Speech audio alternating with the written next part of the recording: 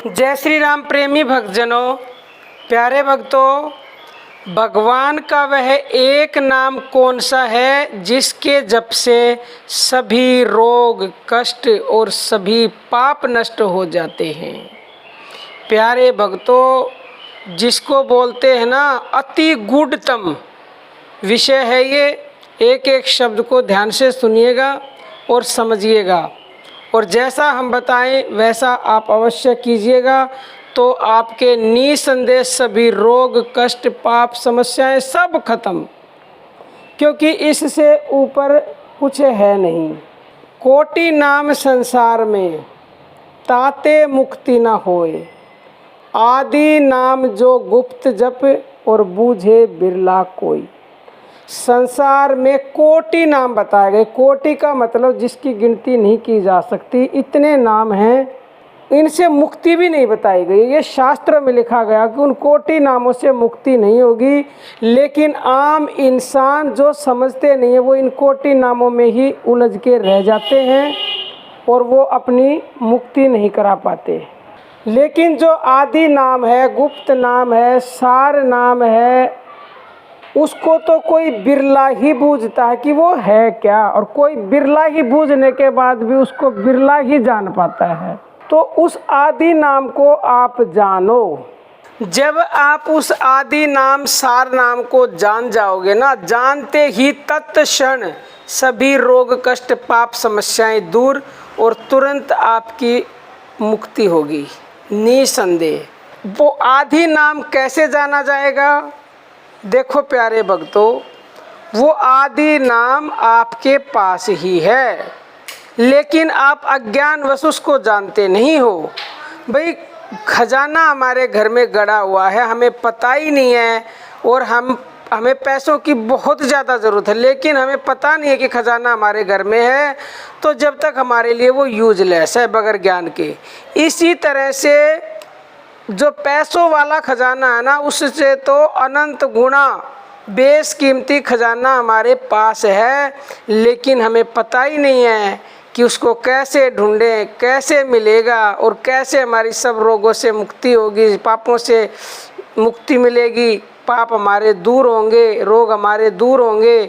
प्यारे भक्तों, आपको क्या करना है? अपने श्वासों का ध्यान करना है, क्योंकि वो आदि नाम गुप्त नाम आपकी सांसों के द्वारा आपको मिलेगा, जिसको बोलते हैं अजपा जप भी बोलते हैं। सांसों के जप को बोला जाता है अजपा जप, क्योंकि अजपा मतलब जिसको जपने की ज़रूरत नहीं है, जो हो रहा है। हो तो वो अपने आप रहा है जप, लेकिन वो माना जब जाएगा जब आप उसका ध्यान करोगे, यानी उसको महसूस करोगे, उसी वक्त फिर वो जप होना शुरू हो जाता है। पहले हमने वीडियो में आपको बताया था कि सांसों का जप करो, जप करो। अब आप ऐसे भी कह सकते हो, पहले आप जप बोलते थे, अब ध्यान बोल रहे हो। देखो, वो शुरुआती साधकों को मैंने इसलिए बताया। अब आप बड़ी क्लास में हो गए हो, तो अब आप समझने लगे हो कि क्या सांसों का जप होता है और क्या उसका ध्यान होता है। तो बात तो वही है, जप कह लो या ध्यान कह लो, लेकिन जप तो अपने आप हो रहा है, वो अजपा, उसका आपको ध्यान करना है। बस ध्यान करोगे मतलब आपकी सांस ऊपर गई है, आई है, इसको बोलते हैं ध्यान करना। आपने महसूस की तो वो आपका जप होने लग गया ऑटोमेटिक, आपको कुछ नहीं करना, बस ध्यान करना है।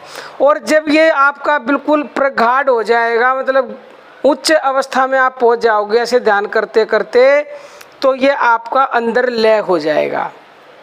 हम आपको बोलते हैं कि जब सांसों का ध्यान करो तो सो हंग, यानी ऊपर जब श्वास गई सो, नीचे आई हंग, सो हंग, और फिर हंस, ये हो जाता है हंस, सो हंग हंसो हंसो सो हंग, सो हंग हंसो हंसो सो हंग।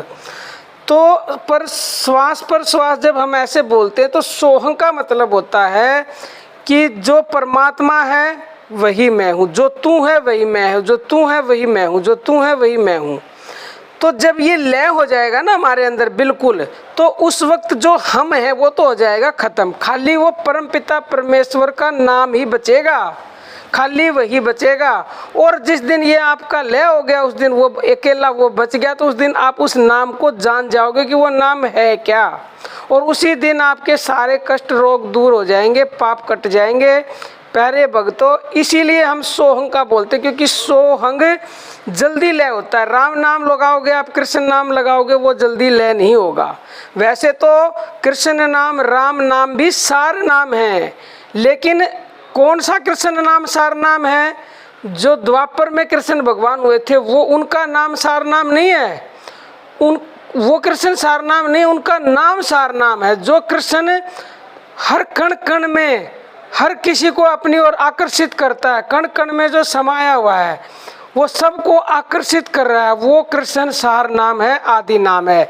ऐसे ही वो राम नाम सार नहीं है, जो कि दशरथ के घर में भगवान राम पैदा हुए थे, उनका नाम है सार नाम, जो कि योगी जन जिसमें रमण करते हैं, हम सब जिसमें रमण करते हैं, वो भगवान राम का नाम सार नाम है।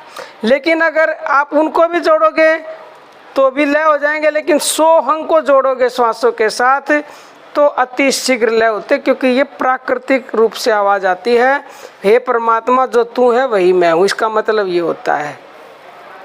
प्यारे भक्तों, जाकी महिमा नित भजे वेद शारदा शेष, और सोहंग शब्द परमात्मा भेद भरम नहीं लेस। ये सोहंग शब्द परमात्मा है, बिल्कुल भी इसमें भेद भरम है ही नहीं, क्योंकि इसी की महिमा को शेष, महेश और शारदा सब गाते हैं। लेकिन ये जब आपके अंदर लय हो जाएगा, जब केवल और केवल वो एक बच जाएगा नाम, उसी दिन आपकी सभी समस्याएं खत्म हो जाएंगी। और शास्त्रों में तो तंत्र मंत्र को झूठ बताया गया। नानक जी कहते हैं तंत्र मंत्र सब झूठ है, मत भरमो संसार, और सार शब्द जाने बिना कोई ना उतरे पार।